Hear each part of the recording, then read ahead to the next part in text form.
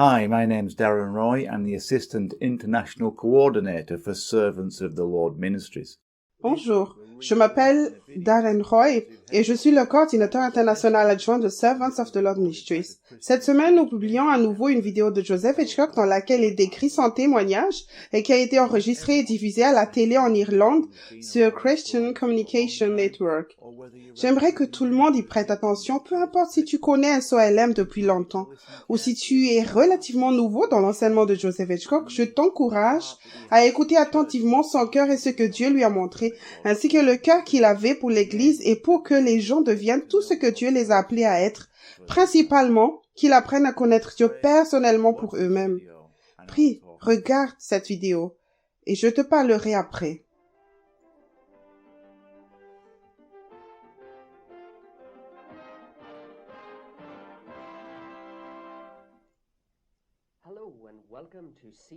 Bonjour et bienvenue à l'émission Faith and Focus de CNN. Je suis John Coulter.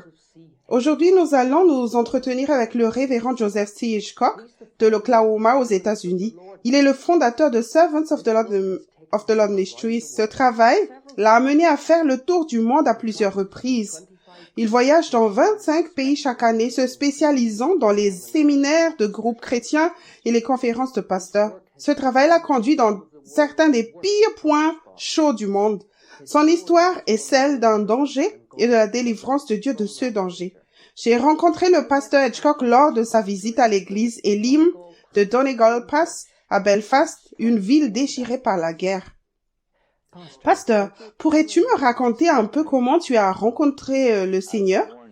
Je suis né et j'ai grandi dans l'est de Tennessee. Mon père a été pasteur pendant 60 ans. Je suis le plus jeune d'une famille de 10 enfants, à l'âge de 5 ou 6 ans. J'ai accepté le Seigneur, j'ai donc eu une relation avec le Seigneur et j'ai grandi dans un foyer chrétien. J'ai apprécié cette relation avec le Seigneur et j'avais de bons rapports avec mon père.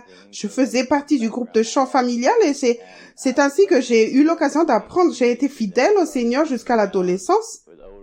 Puis j'ai commencé à fréquenter des hommes plus âgés que moi. Je me suis attiré quelques ennuis et je suis devenu rebelle. Je suis devenu le fils prodigue typique. Depuis mon adolescence jusqu'à plusieurs années plus tard, je me suis éloigné du Seigneur. Je suis devenu le Seigneur de ma propre vie et j'ai commencé à construire mon propre royaume. À ce moment-là, je désirais des choses excitantes et dangereuses. Par l'entremise d'un de mes cousins, je suis entré dans la police. Il était shérif adjoint dans le comté où je vivais. En fait, il était l'agent de police et il m'a fait embaucher comme shérif adjoint. J'ai travaillé avec lui et j'ai aimé ce genre de travail et je l'ai suivi. J'ai déménagé à Chicago et j'ai fait partie d'un syndicat à Ford Motor Company là-bas. Je suis devenu membre du syndicat local et j'ai fini par travailler dans la sécurité au sein du syndicat. J'ai quitté ce poste et je suis entré dans le service militaire et la division de la police militaire de l'armée. J'étais un expert en fusil et au pistolet. J'ai étudié le karaté pendant de nombreuses années et c'est ce bagage particulier que j'ai choisi comme carrière. Après avoir quitté l'armée, une partie de mon travail au début des années 60 consistait à former des équipes anti-émeutes. Comme lorsque j'étais dans la police militaire, j'ai déménagé en Floride pour faire partie d'une société de sécurité de la division des patrouilles surveillées. J'étais directeur, chef de la division, et c'était en quelque sorte ma grande ouverture.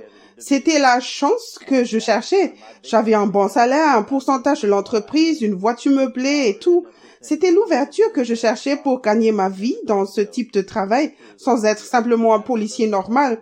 J'en étais là lorsque j'ai connu un réel brisement et que je suis revenu au Seigneur. Il a fallu me briser pour que je change, car je suis de nature très têtue et j'ai la tête très dure. J'ai décidé que je ne voulais pas être dans le ministère. Il y avait beaucoup de choses que je pouvais faire dans la vie, mais l'une d'entre elles, j'avais décidé que je ne le ferais pas, je ne serais pas pasteur. J'en avais fait le vœu. J'étais très obstinée à résister à l'appel de Dieu sur ma vie. Je savais vraiment que depuis mon plus jeune âge, Dieu avait un appel sur ma vie. C'était une chose pour laquelle mon père avait prié, que Dieu fasse qu'un de ses enfants soit un pasteur. Mais le Seigneur l'a béni avec 7 filles. Et le Seigneur a le sens de l'humour parce que dans sa dénomination particulière, il n'ordonnait pas les filles dans le ministère. J'étais le plus jeune et après un certain temps, les 2 frères aînés ont compris qu'ils n'allaient pas devenir pasteurs.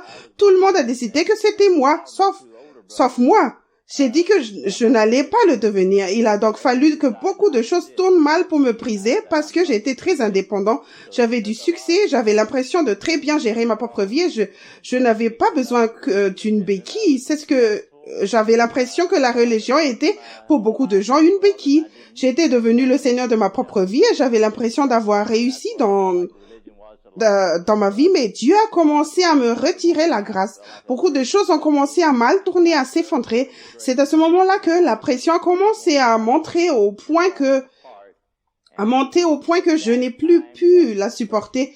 J'ai tenu bon jusqu'au bout, jusqu'à ce que toute ma vie se soit effondrée. J'ai vécu des situations très proches, mettant ma vie en danger dans mon travail, où j'ai failli perdre la vie financièrement. Tout est allé de travers. La santé de ma femme s'est dégradée, elle était sur le point de faire une dépression nerveuse. L'accumulation de toutes ces choses m'a finalement mené à un point de désespoir, tel que j'étais prêt à essayer n'importe quoi d'autre. C'est à ce moment-là que Dieu a envoyé un jeune pasteur pour me parler de l'amour du Seigneur. Il m'a dit à quel point Dieu m'aimait, ce que je n'avais jamais pensé en ces termes. J'avais toujours vu Dieu comme un maître sévère. C'est l'une des raisons pour lesquelles je ne voulais pas travailler dans le ministère, parce que j'avais vu certaines des épreuves que mon propre père avait traversées. J'avais décidé que personne ne me ferait subir ce genre de choses. J'ai résisté parce que j'avais vu Dieu comme un maître d'œuvre très dur. Je ne l'avais jamais vu comme de l'amour. Ce jeune homme a commencé à me présenter le Dieu d'amour. Il était pasteur chargeant de la musique dans une église, un jeune homme à l'allure très propre. Pourtant, lorsqu'il a commencé à partager son témoignage, son passé, il était sorti du milieu de la drogue. Il avait été hippie et il avait vécu tout ça. Ça m'a un peu choqué. Ça a attiré mon attention. Puis, il a commencé à partager à quel point Dieu m'aimait. Il m'a dit, est-ce que tu réalises que Dieu t'aime tellement que si tu étais la seule personne restée sur la surface de la terre, il serait quand même mort pour toi? Je n'y avais jamais pensé personnellement. Il m'a dit, je ne sais pas quel est ton passé. Peut-être que tu as déshonoré ta famille. Peut-être que tu as fait toutes sortes de choses de ce genre. Il me frappait le plein fouet sur tout ce que j'avais fait de mal dans le passé. Mais il m'a dit, Dieu t'aime, il veut que tu viennes à lui, il te pardonnera, il te purifiera, il te donnera un nouveau départ, et il t'aimera là où tu es. Pendant ce temps, alors qu'il partageait, l'onction du Saint-Esprit était sur lui, et elle coulait sur moi comme des vagues. J'ai finalement déposé les armes, j'ai abandonné. J'ai cessé de résister à Dieu, j'étais tellement désespérée à l'époque, je ne me souciais même pas vraiment de ce que Dieu me faisait, j'avais juste besoin d'être soulagée. C'était ce genre d'attitude que j'avais, mais au lieu que Dieu soit dur avec moi, qu'il me condamne ou qu'il me juge, il a simplement déversé son esprit sur moi. J'ai senti comme un amour liquide se déverser sur moi. Toutes les blessures que j'avais subies au fil des ans, les déceptions, les frustrations, la culpabilisation de savoir que j'avais déshonoré mon père, que j'avais péché contre ma propre famille, toute cette culpabilité, toute cette honte s'est envolée. La paix m'a envahi. Je veux dire la paix de Dieu qui dépasse tout entendement et je n'avais jamais ressenti cela auparavant. Et Dieu a continué à m'aimer. J'ai continué à attendre qu'il fasse quelque chose, mais il a continué à m'aimer. L'Esprit est venu et il est venu. Et il est venu jusqu'à ce que finalement quelque chose de profond se brise en moi. J'ai décidé ce jour-là, j'ai dit quelqu'un qui pourrait m'aimer comme Dieu m'a aimé, aussi peu aimable que je l'ai été au cours des années, je veux le connaître. J'ai dit à ce jeune pasteur à l'époque, j'ai dit que je veux le connaître, je ne veux pas seulement savoir à son sujet, j'ai dit je veux le connaître d'une manière personnelle, intime, comme je connais ma femme. Comment puis-je faire cela? Il s'est un peu énervé, tu sais, et il m'a dit de lire la parole de Dieu, elle nous parle de lui. J'ai dit, où dans la Bible, où dans la parole de Dieu? Il m'a suggéré de lire dans Jean, où il est question de son amour. J'ai donc commencé à chercher Dieu, parce que je voulais le connaître, je ne voulais pas en savoir plus sur lui, je ne voulais pas devenir ministre ou pasteur, je voulais juste le connaître. Je me suis dit que pour le connaître de la même façon que je connaissais ma femme, je savais ce que cela demandait. Cela demandait du temps de qualité que ma femme et moi avions passé ensemble, nous partageons à partir du cœur et non de la tête, et je la préfère et elle me préfère. c'est pourquoi je la connais mieux que quiconque sur la surface de la terre. Elle me connaît. Je voulais connaître Dieu de cette façon. J'en suis venue à la conclusion que pour connaître Dieu de cette façon, il n'y a aucun moyen de le faire sans passer du temps de qualité en sa présence, en communiquant avec lui à deux sens, pas seulement à sens unique et à partir du cœur. C'est ce que je désirais, c'est ce que je cherchais. J'ai commencé à étudier la parole pour essayer de trouver l'autorisation de l'écriture parce que le jeune homme m'a donné un bon conseil. Il m'a dit, tu ne peux pas sortir quelque chose de l'air et essayer d'y croire. Si tu veux avoir la foi pour quelque chose, tu dois trouver une autorisation claire et solide dans les Écritures pour ce que tu veux. Alors tu dois faire confiance à la parole de Dieu. Alors j'ai commencé à chercher dans la parole de Dieu. J'ai démissionné de mon poste de directeur de cette entreprise parce que j'avais travaillé tellement d'heures que je n'avais plus le temps. J'ai pris un autre emploi dans la sécurité qui n'était que de 4 heures par jour. C'était vraiment dangereux. Personne ne voulait ce travail. Mais il payait suffisamment pour que je puisse gagner ma vie et cela me donnait le temps d'étudier et je me suis mise à la parole de Dieu et j'ai commencé à étudier. C'était la première rencontre. Tu as manifestement été dans des situations poilantes à travers le monde. Pourrais-tu nous dire comment le Seigneur t'a délivré de ces situations? Oui, dans beaucoup d'endroits où j'ai voyagé, j'allais dans des zones qui n'étaient pas vraiment sûres. Depuis que je suis entrée dans le ministère, depuis que je suis entrée dans cette relation d'amour avec le Seigneur m'a envoyé dans le monde entier et j'ai voyagé dans environ 25 à 30 nations par an. J'ai visité à peu près toutes les parties du monde et beaucoup du pays du tiers-monde. Quand je prie et que je cherche à savoir où Dieu veut que j'aille, il peut y avoir beaucoup de bouleversements dans cette partie du monde, mais j'y vais simplement parce que Dieu m'a dit d'y aller. Et l'année dernière, récemment, j'étais en Inde. Quand il y avait beaucoup d'émeutes en Inde, ils fermaient des villes, brûlaient les bus et tout ça. J'étais en plein milieu de tout ça.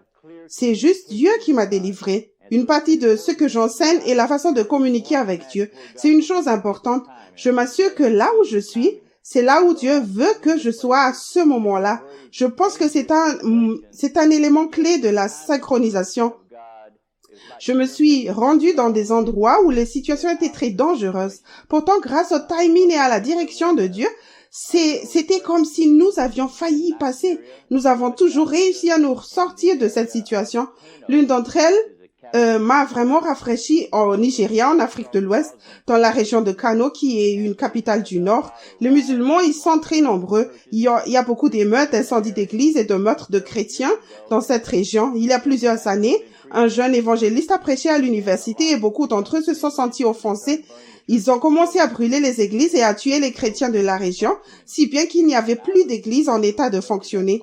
Je devais me rendre dans cette partie du monde et Dieu a parlé à mon cœur et m'a dit je te veux dans cette ville. Eh bien, les organisateurs de ce pays ne voulaient pas m'y envoyer. Ils disaient que c'était trop dangereux, qu'il n'y avait rien qui fonctionnait, qu'aucune église n'était ouverte, qu'ils avaient peur de sortir. Et j'ai dit, eh bien, tu vérifies s'il y a un pasteur là-bas qui fait quelque chose. Dieu a dit que je devais y aller et leur transmettre ce message. Ils se sont renseignés et ont trouvé un homme qui se réunissait sous un pont avec une congrégation d'environ 800 personnes. C'était un homme d'affaires et il avait décidé qu'il devait avoir une église, qu'il n'était pas normal qu'il n'y ait pas d'église fonctionnant dans cette ville. Il a dit, si les autres n'allaient pas le faire, je vais en fonder une. Il a commencé par réunir ses 22 employés et à prier. Il ne savait pas comment prêcher. Il n'était pas pasteur. Il a simplement commencé à prier et à dire, Dieu, nous allons rester assis ici et t'attendre. Si tu veux faire quelque chose, fais-le. Dieu a commencé à faire des miracles. Les yeux des gens s'ouvraient. Les boiteux étaient guéris et marchaient. Alors, ils ont continué. Il a commencé en mars et je suis arrivée en septembre et il a passé de 22 à 800 personnes en 5 mois. Il se réunissait sous un pont, mais il a dit, ces gens ont besoin d'un enseignement et je n'ai rien à leur donner. J'ai exercé mon ministère là-bas pendant 3 jours. Nous avons fait une croisade de 3 jours en plein air sous le pont de cette ville dans ces conditions et la protection de Dieu était là. Il nous a fait entrer dans la ville et nous a fait sortir. Tu as probablement entendu parler de la région. Il y a beaucoup de conflits dans cette région, mais c'est ce genre de choses où Dieu nous a fait sortir. J'étais en Inde à l'intérieur du pays et j'exerçais mon ministère dans les villages des Intouchables.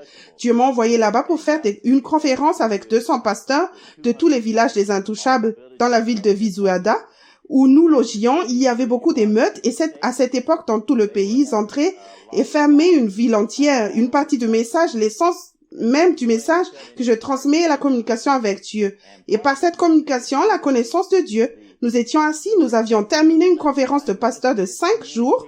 Nous sommes revenus pour faire une dernière soirée dans cette ville et j'étais censé partir le jour suivant. Ils ont appris qu'ils allaient fermer toute la ville, qu'il n'y aurait plus de transport et qu'ils ne laisseraient rien entrer ou sortir de la ville le lendemain. Nous avons eu une réunion ce soir-là et Dieu m'a dit, dès que la réunion est terminée, tu quittes la ville. J'ai donc dit au pasteur que l'aéroport était à environ à 64 kilomètres, qu'il n'y avait pas d'hôtel, pas d'endroit où loger et que mon vol n'était pas avant 10 heures le lendemain. Ils m'ont dit, eh bien, si c'est ce que Dieu te dit, c'est très bien. Nous avons fait une réunion dans la rue qui s'est terminée vers 10h30. Nous avions déjà tout emballé dans la voiture. Nous sommes partis à 10h45. Nous avons appris plus tard qu'ils avaient changé d'avis au sujet du lendemain. Ils ont fermé la ville à 11h15. Après notre départ, vous ne pouvez ni entrer ni sortir de la ville. Ce type de protection, Dieu m'a béni et c'est incroyable les endroits où je suis allée et d'où je suis sortie et je n'ai jamais manqué un rendez-vous pendant tout ce temps où j'ai voyagé dans le monde entier. Dieu a toujours pris le rendez-vous. Par exemple, au Nigeria, il est très difficile de traverser le pays et de se rendre dans les autres villes. Lors de mon dernier voyage de 30 jours de ministère, j'ai exercé mon ministère 66 fois et j'ai voyagé dans tout le pays sans jamais manquer un rendez-vous. En soi, c'est un témoignage fort pour eux parce qu'ils manquent toujours le rendez-vous. Ils ne peuvent pas prendre rendez-vous. C'est l'une des clés des pièges de l'ennemi. Tant Dieu m'avertit à l'avance de la façon de les éviter. C'est une chose d'entrer dans quelque chose et de s'en sortir, mais c'est une autre d'empêcher la situation de commencer. Mais parfois, nous entrons dans la situation et Dieu nous délivre de ces pièges. Je ne sais pas si tu veux que je partage beaucoup dans ce domaine, mais l'année dernière, j'étais dans un pays du bloc de l'Est et une chose très unique s'est produite. Je priais avant de quitter la maison. Nous emportons plusieurs livres avec nous parce que je suis éditeur de mon propre livre. Pendant que je prie pour les choses les plus simples. Certaines personnes se demandent pourquoi tu reconnais Dieu dans chaque petite chose. Parce que je veux communiquer avec lui. Je veux le connaître. La parole dit dans Jean 14, verset 15, que le Seigneur a dit, « Si vous m'aimez, gardez mes commandements. » Je me suis donc dit que plus Dieu me parlait et que j'obéissais simplement à ce qu'il disait, plus je lui exprimais de l'amour. Je m'entraîne donc à faire cela dans chaque petite chose qui ne semble pas importante. Je mettais mes livres dans les étuis dans lesquels je les transporte normalement et j'avais 7 sortes de sacs en toile qui avaient une grande fermeture éclair et la languette de la fermeture éclair s'est cassée. Je n'avais rien parce que je m'apprêtais à aller à l'aéroport. En priant, j'ai senti que le Seigneur disait attache un bout de ficelle à travers pour pouvoir l'ouvrir. J'ai donc pris un bout de ficelle et juste par habitude, je veux dire que c'est juste la façon dont je fais les choses. Je commence à tirer sur la ficelle et je demande au Seigneur de me montrer où il veut que je la coupe. Quelle différence cela fait-il? C'est une chose toute simple. Normalement, je n'ai besoin que de 2 ou 3 pouces. J'ai continué à tirer jusqu'à ce qu'il y ait environ un pied avant que le Seigneur ne me parle et me dise voilà, coupe là. Cela donnait un aspect poisseux. Ce n'était pas très joli. Cette ficelle pendait inutilement. Maintenant, 3 semaines plus tard, j'ai été dans 11 pays de l'Europe où nous voyageons. J'ai été à Thessalonique en Grèce. Nous voyageons dans un train de nuit vers la capitale de la Yougoslavie. Dans le train de nuit, pendant la nuit, le chef de train est venu. Nous avions un wagon-lit et il nous a mis en garde. Il nous a dit, assurez-vous de sécuriser votre chaîne. Vous avez une chaîne ou quelque chose pour sécuriser, la porte fermée, les bandits vont venir sur la voiture, sur le wagon ce soir, et ils vont voler tout ce que vous avez. Eh bien, nous avions pas mal d'argent liquide sur nous. Nous voyageons tellement que nous ne pouvons pas utiliser les cartes de crédit. Il y avait pas mal d'argent liquide donc avec nous. Nous n'avions rien pour sécuriser notre porte. Il n'y avait qu'une petite serrure à glissière, un boulon à glissière, c'est tout ce qu'il y avait sur la porte coulissante en verre. J'étais assis là, en train de prier, et j'ai dit, « Seigneur, que veux-tu que je fasse ?» Il n'y avait aucun moyen de la sécuriser. J'ai levé les yeux et le Seigneur m'a demandé rapidement d'enlever la ficelle de l'étui que j'avais apporté. J'ai donc enlevé la ficelle et il m'a demandé de l'attacher à la petite languette, de la tirer autour du poteau et il y avait une vis qui dépassait que la ficelle atteignait juste à laquelle je l'ai attachée, ce qui a mis un peu de tension sur la barre coulissante. J'ai dit à l'homme, il y a un loquet dessus, mais il a dit, il leur faudra environ 3 secondes pour l'ouvrir. L'un tire la porte envers, un peu en arrière, l'autre glisse un couteau en dessous, roule la languette et elle bascule vers le haut et ils sont à l'intérieur et ils t'ont eu. J'ai fait ça. Je suis allée me coucher. Vers 3 heures du matin, alors que nous dormions profondément, un énorme rocher a traversé le centre de notre fenêtre à travers le wagon de train. Cela s'était produit environ 2 jours auparavant, alors que nous venions de Roumanie en Bulgarie. L'un d'eux a traversé la fenêtre exactement au même endroit. Il n'a touché aucun d'entre nous. Le docteur Jenkins de Derby, en Angleterre, était avec moi. Il est passé juste entre nous. Aucun verre n'a touché l'un d'entre nous. À 3 heures du matin, c'est encore arrivé. Ça m'a réveillée, j'étais allongée, je méditais sur le Seigneur, j'avais les yeux fermés et tout à coup je me suis sentie poussée à ouvrir les yeux. Quand j'ai ouvert les yeux, il y avait 6 hommes qui se tenaient à notre porte. Il y avait un petit voile fin, nous avions la lumière éteinte, il y avait un rideau fin, mais on pouvait le voir très distinctement. L'un d'eux avait une petite lampe de poche et éclairait le loquet. L'autre tirait la porte vers l'arrière et l'autre avec un couteau essayait de tourner la barre comme il avait dit, mais il ne remontait pas parce que la ficelle était tendue.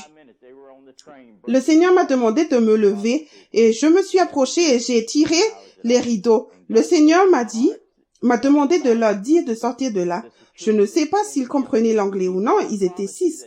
Ils m'ont regardé de l'autre côté de la vitre en me disant « Qui es-tu » Pendant un moment, je suis restée debout à les regarder comme le Seigneur m'avait demandé de le faire.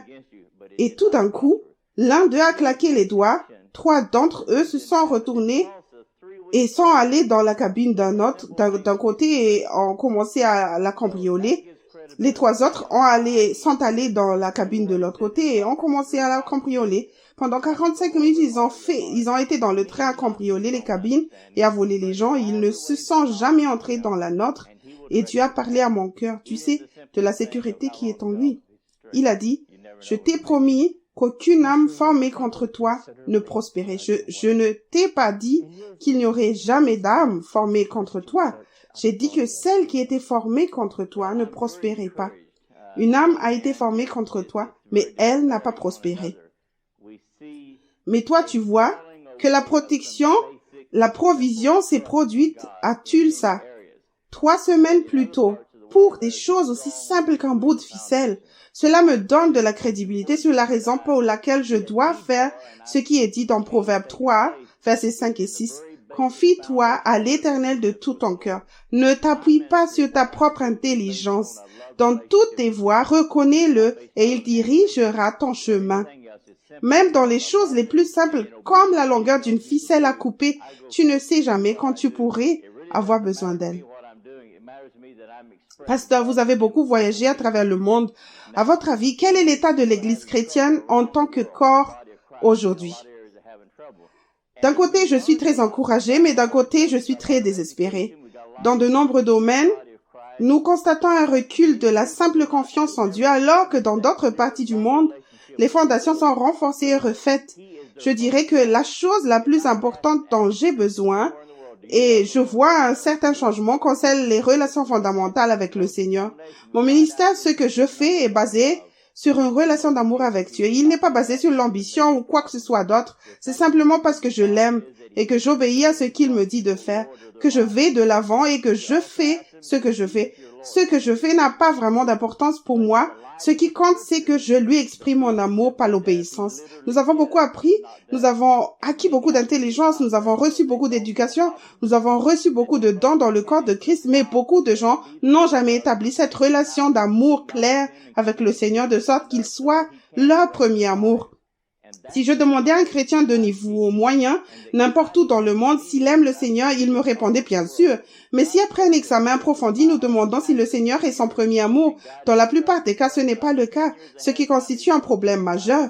Le deuxième problème, le plus important, est qu'il n'est pas littéralement le Seigneur opérationnel de leur vie. Tu pourrais aussi leur demander si Jésus est leur Seigneur. Ils répondraient oui. Mais à la lumière des Écritures, le fruit qui devrait être là, s'il est littéralement leur Seigneur, n'est pas présent. Pour beaucoup d'entre eux, il n'est pas là parce qu'ils ne savent pas comment le faire. Ils ne connaissent pas le mécanisme qui leur permette de le laisser être leur premier amour, le mécanisme qui permet de le connaître et de communiquer avec lui suffisamment pour qu'ils puissent diriger leur vie. C'est la base que j'enseigne. Ce qui est passionnant pour moi, c'est que je vois cela partout dans le monde. Dieu a dit et donné une commande dans mon cœur. J'ai été pasteur pendant de nombreuses années. Dieu a commencé à me dire 10 ans à l'avance qu'il allait changer mon ministère. Lorsqu'il a finalement fait, je marchais dans cette communion avec Dieu. Je n'avais pas l'ambition d'aller n'importe où dans le monde. Dieu a parlé dans mon cœur un jour et m'a dit, j'ai des enfants dans chaque nation et tu as des frères et des sœurs dans leur cœur. Crie vers moi. Ils m'ont demandé un ministère, des bénédictions, des dons. Je leur ai donné ces choses et cela les a bénis, mais il y a une partie de leur esprit qui n'a jamais été comblée et qui est réservée à une relation intime avec moi. Maintenant, leur cœur crie vers moi, juste pour moi. C'est à eux que je t'envoie, car je ne veux pas qu'ils mettent les années qu'il t'a fallu pour arriver jusqu'à moi, parce qu'il n'y avait personne pour te montrer comment faire à l'époque. C'est pour cela qu'il m'a demandé d'écrire le livre qui est intitulé « Mes brebis entendent ma voix ». Ce texte est tiré de Jean 10, verset 27, qui dit « Mes brebis entendent ma voix, je les connais et elles me suivent ». Il donne des instructions claires et simples sur la façon d'établir cette relation d'amour. Aujourd'hui, je trouve partout dans le monde des chrétiens de toutes les confessions dans le cœur crient vers Dieu. Ils reviennent à leur premier amour. Ils le rétablissent. Ils acceptent le fait qu'il est le Seigneur et qu'il va prendre les rênes parce que nous avons trop de fruits de notre seigneurie dans le monde. Cela ne veut pas dire que nous ne faisons pas de bonnes choses, mais nous sommes loin de ce qui devrait être. La raison en est que nous ne sommes pas équipés pour être un Seigneur comme Jésus l'est, qui est équipé. Il a tout ce qu'il faut pour être un Seigneur. Le fait qu'il accepte même le travail m'a étonné. Il est prêt à prendre ma vie en charge. Il a fait de moi un vase d'honneur, et c'est ce qu'il veut faire avec chacun de ses enfants. Mais je vois que le corps du Christ commence à se rassembler dans certains domaines. Je les vois s'occuper de choses fondamentales qui n'ont pas été traitées depuis longtemps. Beaucoup de gens sont encore seigneurs de leur vie. Ils construisent encore leur propre royaume, c'est vrai, mais beaucoup d'entre eux se sont tombés. Et cela a secoué beaucoup de gens. Ils ne savent pas quoi faire, alors ils crient vers Dieu. C'est un signe positif. Il y a de grands réveils en cours. Je vais dans de nombreuses parties du monde, en fait. Dans toutes les parties du monde où il y a un grand réveil, j'y suis allée et je travaille avec les ministères qui sont là. En partageant avec eux, j'ai pris beaucoup de clés sur ce qui a déclenché le réveil, ce qui l'a amené. J'ai vu le réveil à différents stades où il s'est élevé et où il s'est effondré, mais j'en ai vu qui était durable. J'en ai donc tiré des indications sur ce qui causait cela, et la clé est que ceux qui demeurent dans le réveil ont réglé la question fondamentale de savoir qui est le Seigneur et quel est leur premier amour. Ceux qui finissent par construire leur propre royaume avec les détruisent parce qu'ils ne pouvaient pas avoir l'onction. Ils n'avaient pas cette fondation. Ils se sont laissés emporter par l'orgueil, la popularité, la richesse et toutes ces choses qui peuvent découler de ce genre d'onction qui a été mal utilisé. Mais je vois des gens qui s'en rendent compte et qui voient dans les échecs des autres ce qui s'est passé et qui ne veulent pas voir se produire dans leur ministère. Je vois différentes étapes de ce réveil. Parfois, il n'est pas en plein floraison, avec une croissance importante des miracles qui se produisent dans leur congrégation, mais je les vois faire un retour en arrière pour mettre le Seigneur en charge qui apportera le réveil. Le réveil doit commencer avec cet individu qui rétablit la relation d'amour. Je vois cela dans chaque nation où je vais, dans un échantillon de dénominations. Je n'ai jamais vu cela auparavant au cours de mon temps de ministère. Dans toutes les religions du monde, les mêmes flux de Dieu se produisent à différents stades dans différentes dénominations. Souvent, le réveil est venu par l'intermédiaire d'un groupe particulier et maintenant il se produit dans le corps du Christ tout autour.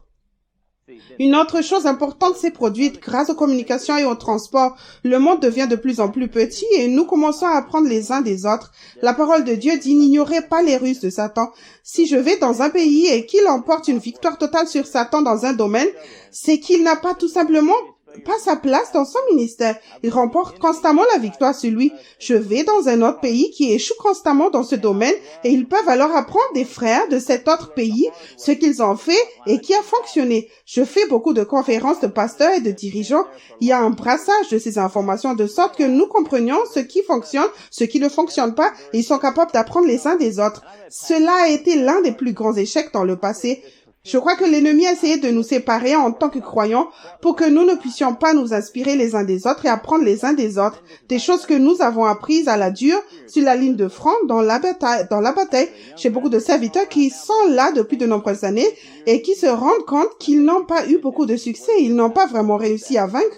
Et j'ai eu des pasteurs qui partageaient leur cœur et qui disaient « Cela fait 50 ans que j'ai fait ce métier et je n'arrive toujours pas à la faire fonctionner correctement. Quelle valeur ai-je pour le corps du Christ ?» J'ai dit « Vous avez une valeur énorme. Vous avez 50 ans d'expérience de ce qui ne fonctionne pas. Un jeune ministère qui arrive maintenant peut faire les mêmes erreurs que vous pendant 50 ans, ou à moins que vous ne le convainquiez qu'il perd son temps. Ne faites pas cela, cela ne fonctionne pas. » Même si vous n'avez pas les réponses de ce qui fonctionne, vous avez quelques-unes de ce qui ne fonctionne pas. Si nous nous réunissions tous, nous pouvons apprendre les uns des autres ce qui fonctionne et apprendre les uns des autres ce qui ne fonctionne pas. En mettant tout cela ensemble, nous allons grandir dans la grâce et dans la connaissance du Seigneur. C'est une chose passionnante que Dieu est en train de réaliser. Je vois la capacité de ces ministères d'horizons différents à se réunir sans se juger, sans se condamner, mais en puisant les uns les autres à partir du cœur que nous pouvons nous aimer les uns les autres. Je pourrais partager avec toi ce que j'ai ressenti, goûté, expérimenté de la parole de Dieu et garder mon cœur, mon opinion pour moi et tu ferais la même chose. Nous pouvons tous les deux apprendre sans ressentir le besoin de nous condamner ou de nous juger l'un l'autre. C'est donc ce qui commence à se produire. J'organise de nombreuses conférences et je vois des pasteurs se réunir dans le cadre d'une campagne d'évangélisation à l'échelle de la ville alors qu'ils s'étaient jamais réunis dans l'histoire de cette région et nous voyons de beaux résultats. C'est un peu un stade embryonnaire, mais dans certaines régions, cela se développe rapidement dans toutes les régions où il y a un réveil majeur. L'une des choses les plus faciles à faire est de réunir les pasteurs. C'est l'une des clés là où il y a un réveil important. Et je n'ai aucun mal à réunir les pasteurs, quel que soit leur parcours. S'ils connaissent le Seigneur et qu'ils l'aiment, ils ont ce dénominateur commun.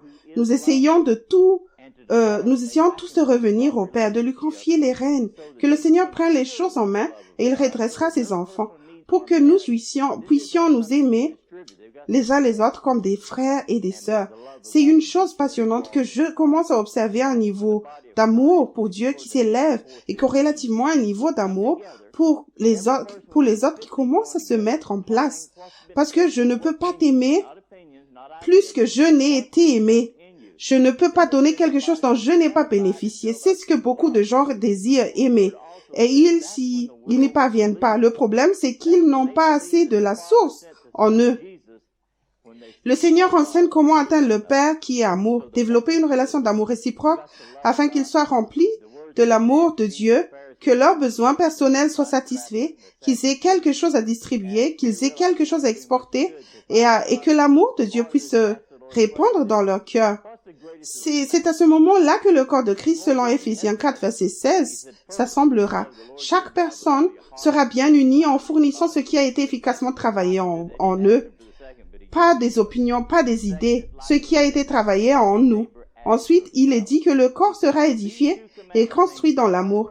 La parole dit aussi que c'est à ce moment-là que le monde croira.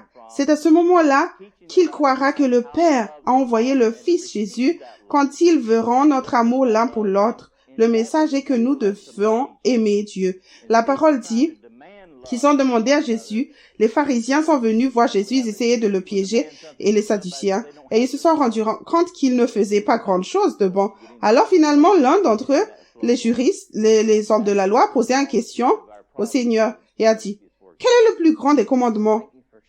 Et le Seigneur n'a même pas hésité, il a dit, « Le premier est d'aimer le Seigneur ton Dieu de tout ton cœur, de toute ton âme, de tout ton esprit et de tout ton corps. Le second, lui, est semblable. Il ne lui ont pas demandé le second, mais il leur a donné quand même. Le second, lui, est semblable et c'est d'aimer son prochain comme soi-même, il a dit. Sur ces deux commandements repose toute la loi et toutes les prophètes. C'est la clé à partir de laquelle je fonctionne. Enseigner au corps du Christ comment aimer son Père et recevoir cet amour, ainsi que les bienfaits de cet amour, ce qui nous permettrait ensuite de nous aimer les uns les autres. Au lieu de cela, nous essayons d'exiger l'amour les uns des autres. Les gens exigent que quelque chose qu'ils n'ont pas eux-mêmes. Il s'agit de revenir à la source, de retourner au premier amour et de rétablir le lien, ce qui couvre une multitude de nos problèmes jusqu'à ce qu'ils soient résolus. Merci de partager tes expériences avec nous. Je vous prie. La qualité de la vidéo n'est peut-être pas parfaite, car cela a été enregistré il y a de nombreuses années, mais le message de Joseph Hitchcock est toujours très clair. Il avait certainement un cœur selon Dieu après que Dieu se soit saisi de lui. Imaginez que Dieu prenne un fils de pasteur de Tennessee et le transforme en officier de police, en expert en sécurité, en officier de police militaire, puis un directeur de la sécurité, et qu'au milieu de tout cela, il le conduise à un point de brisement où Joseph a crié à Dieu et où Dieu a déversé son amour en lui. J'aime bien quand Joseph décrit que Dieu a déversé son amour et qu'il lui a donné ce cœur pour qu'il veuille le connaître. C'est comme Dieu. Si quelqu'un pouvait aimer Joseph de la façon dont Dieu l'avait aimé, en sachant qu'il avait été un rebelle, il voulait connaître ce Dieu. Si nous avions tous une idée de l'ampleur du pardon qui nous a été accordé, si nous avions tous eu cette rencontre avec le Seigneur où il déverse son amour alors que nous ne le méritons pas, cela devrait donner le coup d'envoi ou enflammer une passion en chacun de nous pour le connaître. Non pas parce que nous sommes bons, non parce que nous sommes soudainement devenus bons, mais parce que Dieu s'est maintenant déversé dans nos vies et nous a pardonné alors que nous semblions impardonnables. Ce qu'il y a de bien avec Joseph Hitchcock et que nous respectons vraiment, c'est qu'il a aussi transmis les clés que Dieu lui a montrées lorsqu'il cherchait à établir cette relation avec Dieu. Comment la développer, ce que Dieu lui a montré, comment Dieu lui a montré de le faire, comment appliquer les vérités à sa vie, et il nous a transmis les clés. Quel privilège! Chaque personne que tu sois dans le ministère de Servants of the Lord Ministries depuis longtemps ou que tu sois relativement nouveau devrait chercher les ressources que Joseph nous a laissées pour que nous puissions faire fonctionner ces choses dans nos vies, pour que nous puissions réellement connaître Dieu, attirer le meilleur parti de ce don qu'est la vie éternelle. Je recommanderai toujours à tout chrétien le livre Mes brebis entendent ma voix. Il y a une édition de 2021 et d'autres éditions révisées. Elles sont toutes bonnes, elles sont toutes importantes et elles contiennent toutes d'excellentes clés qui t'aideront et te feront gagner du temps dans ta relation avec Dieu. Joseph Hitchcock, sa mission était d'enseigner ces choses aux gens pour qu'ils ne mettent pas autant de temps que lui à arriver à Dieu. Quelqu'un qui est un pionnier. Joseph était un pionnier. Il a ouvert la voie et il a cherché les réponses auprès de Dieu et ensuite, par la grâce de Dieu, il a pu nous donner certaines de ces réponses pour que nous les appliquions et que nous gagnions du temps. Chacun d'entre nous est appelé à servir Dieu d'une manière ou d'une autre. Maintenant, ce n'est pas vous, vous n'avez pas tous à parcourir le monde comme Joseph Hitchcock, mais chacun d'entre nous a une place dans le corps du Christ. Je pense au jeune prédicateur qui a témoigné à Joseph. Je veux dire, nous entendons tous parler de Joseph Hitchcock quand nous lisons ses livres, mais il y avait un jeune homme, un jeune prédicateur qui a parlé à Joseph et qui lui a raconté ces choses sur sa vie et qui était là et qui a conduit Joseph, enfin qui était avec Joseph quand il est venu au Seigneur. Je veux dire que chacun d'entre nous a des rôles différents dans le royaume de Dieu, mais la seule façon de devenir un vase d'honneur est d'appliquer les choses que Dieu nous montre, de nous vider de toutes les choses du passé et de toutes les choses que nous considérons comme importantes et d'aller après Jésus, suivre Jésus de tout notre cœur. J'adore quand Joseph dit qu'il était tellement désespéré et brisé devant Dieu qu'il ne se souciait pas de ce que Dieu lui ferait à ce moment-là. C'est cela. Comptez le coup. Et chacun de nous devrait compter le coup. Nous devrions arriver à cet endroit par la grâce de Dieu, par l'œuvre de Dieu, par le Saint-Esprit qui travaille en nous, mais nous devrions arriver à cet endroit où nous reconnaissons que que quoi que ce soit Dieu veuille faire, il a raison. La plus grande chose qu'il puisse faire, c'est de prendre des gens comme nous, qui savons que nous avons péché et que nous n'avons pas atteint la gloire de Dieu, et nous permettons d'apprendre à le connaître vraiment. C'est un privilège incroyable, un privilège inestimable, inestimable dans le sens où nous ne pourrions pas y mettre un prix, nous ne pourrions pas remplacer bien qu'il ait coûté la vie de Jésus. N'oublie pas qu'il ne s'agit pas seulement de connaître Dieu, mais aussi d'obtenir des informations à son sujet. Ne lis jamais aucun des livres de Joseph Hitchcock, ni aucune des ressources, ou n'écoute aucune des ressources juste pour essayer d'obtenir plus de connaissances ou d'informations à propos de Dieu. Nous voulons qu'il soit appliqué à notre vie afin que nous puissions vraiment apprendre à le connaître dans une relation intime. Et tout cela fonctionne par la grâce au moyen de la foi. C'est Dieu qui le fait en nous lorsque nous libérons notre foi en lui, que nous faisons confiance à Dieu, qu'il soit digne de faire ce qu'il a dit qu'il ferait. Ce n'est pas une question d'œuvre. Nous avons besoin de naître de nouveau. Nous ne naissons pas nous-mêmes. Nous cherchons Dieu et c'est lui qui nous donne le pouvoir. C'est lui qui nous fait naître dans la nouvelle naissance. C'est lui qui nous donne le pouvoir de vivre cette vie. Mais il s'agit de libérer notre foi en Dieu qu'il fera ce qu'il a promis. 29 fois, peut-être plus, Joseph dit, par la grâce, par le moyen de la foi et non par les œuvres. Écoute ce qu'il dit ici dans le livre Réveillez-vous, le temps touche à sa fin. Chapitre 5. Ce n'est pas censé être difficile et cela aurait dû commencer le premier jour où tu as été sauvé.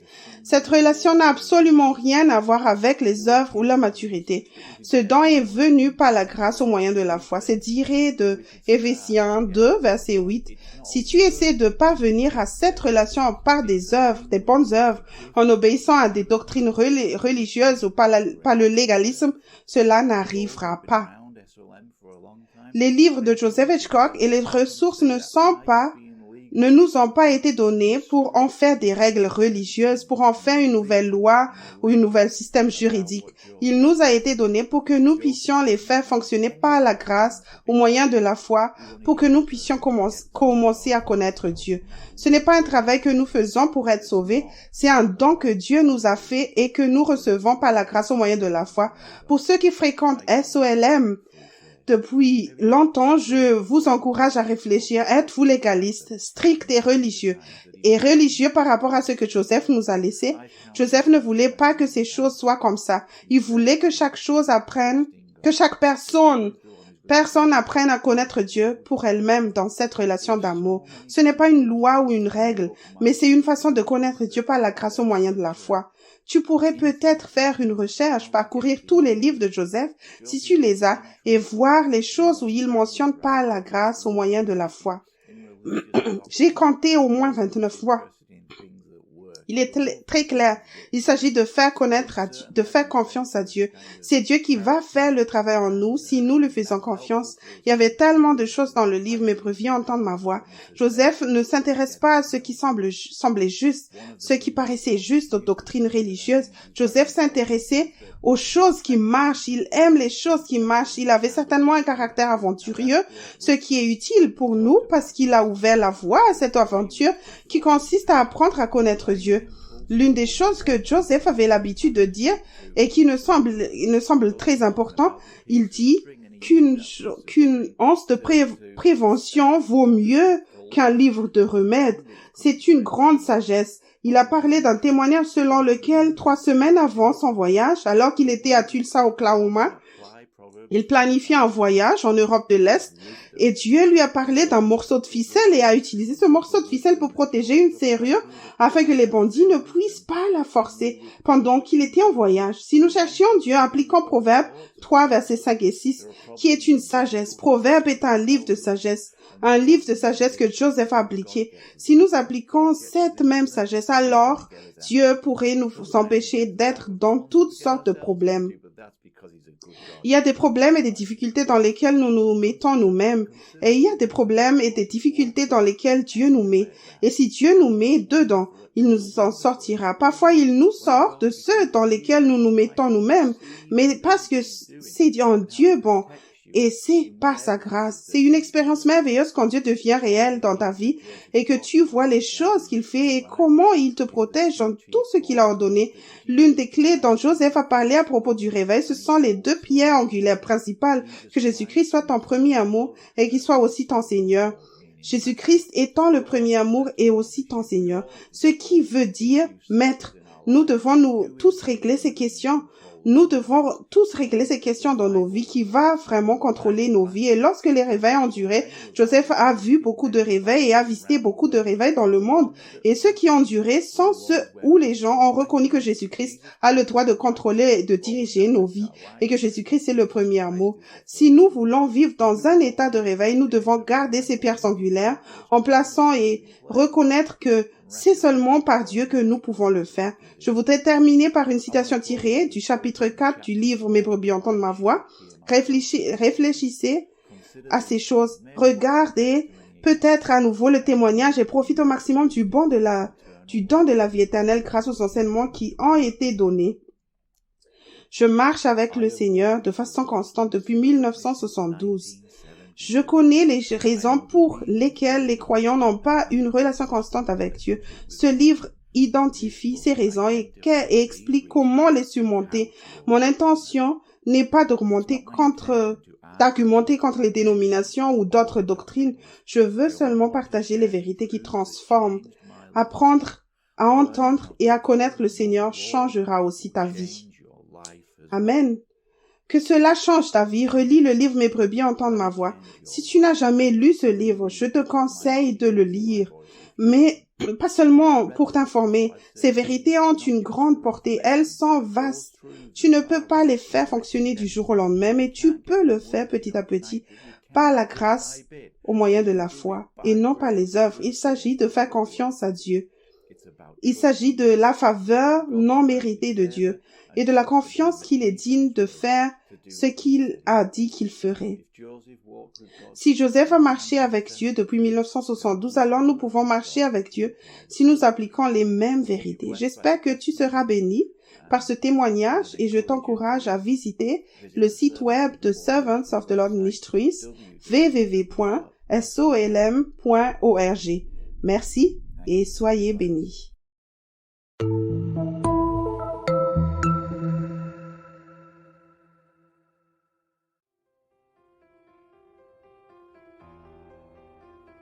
Do you want to know your Heavenly Father and Jesus in a more personal way? Do you want to hear God speak to your spirit in every area of your life? If the answer to these questions is yes, then this book is for you. Written by Joseph Hedgcock, it will give you clear and easy to understand instructions for an exciting walk with your Father and His Son Jesus Christ. Available from Servants of the Lord Ministries.